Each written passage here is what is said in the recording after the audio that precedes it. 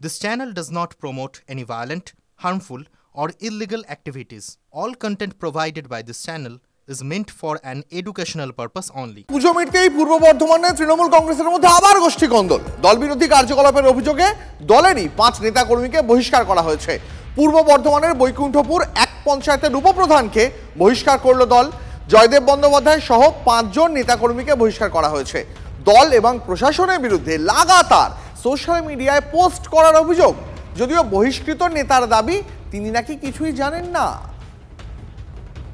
আমি কয়েকদিন ধরে আমার ফেসবুকে একটা পেজ পাচ্ছি, মানে তৃণমূল কংগ্রেসের দলের পুরো বিরোধিতা করছে এবং প্রত্যেকটা আমার বর্ধমান তৃণমূলের সমস্ত নেতৃত্বের বিরুদ্ধে কথাবার্তা, মা বাবাকে তুলিয়ে কথাবার্তা বলে একটা ফেসবুকে একটা বিরাট একটা প্রচার চলছে।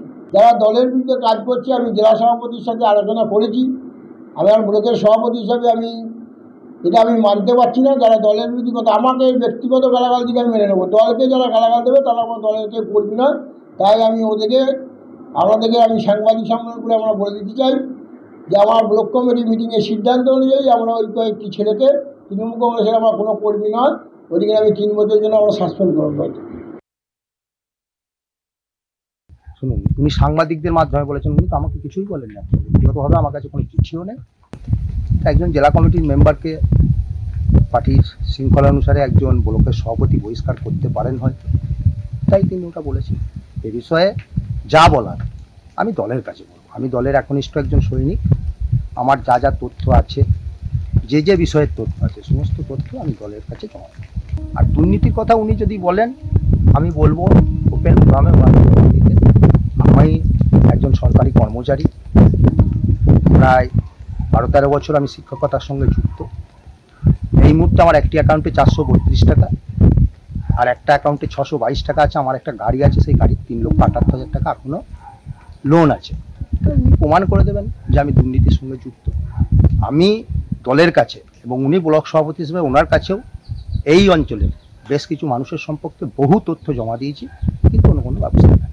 দেখাবো আপনাদের এবার প্রতিমা বিসর্জনকে কেন্দ্র করে উত্তপ্ত বীরভূমের সিউড়ি। অনুব্রত অনুগামী এবং কাজল অনুগামী গোষ্ঠীর মধ্যে ব্যাপক সংঘর্ষ।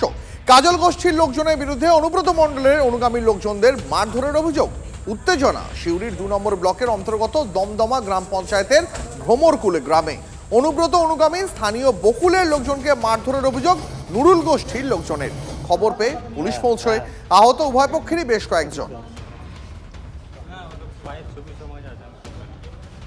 নুরুল ইসলাম, যেটা ব্লক প্রাপ্ত, এখন রিজাইন দিয়ে দিচ্ছে, সেই নুরুল ইসলাম কিছু লোকজন এসে আমাদের উপর চড়াও হয়। আমরা কিছু করতে না মানে কিছু ভেবে না ওঠার আগেই আমাদেরকে এই ছেলেগুলাকে মারধর করে, আমাকেও মেরেছে। কিছু নুরুলের লোক এসে আমাদেরকে চড়াও করে। ভারতের হাতে ব্রহ্মসের চেয়েও মারাত্মক ক্ষেপণাস্ত্র চলতি বছরের শেষেই প্রতিরক্ষা মন্ত্রক পরীক্ষা করতে চলেছে দেশের অন্যতম শক্তিশালী এবং দ্রুতগতির ক্ষেপণাস্ত্র ধ্বনি। গতিবেগ ৭,৪০০ কিলোমিটার প্রতি ঘন্টায়। ক্ষেপণাস্ত্রটির প্রধান বৈশিষ্ট্য এর লিফটিং রি এন্ট্রি ডিজাইন। এটি সাধারণ ব্যালিস্টিক ওয়ারহেডের মতন সোজাসুজি নিচে পড়ে না।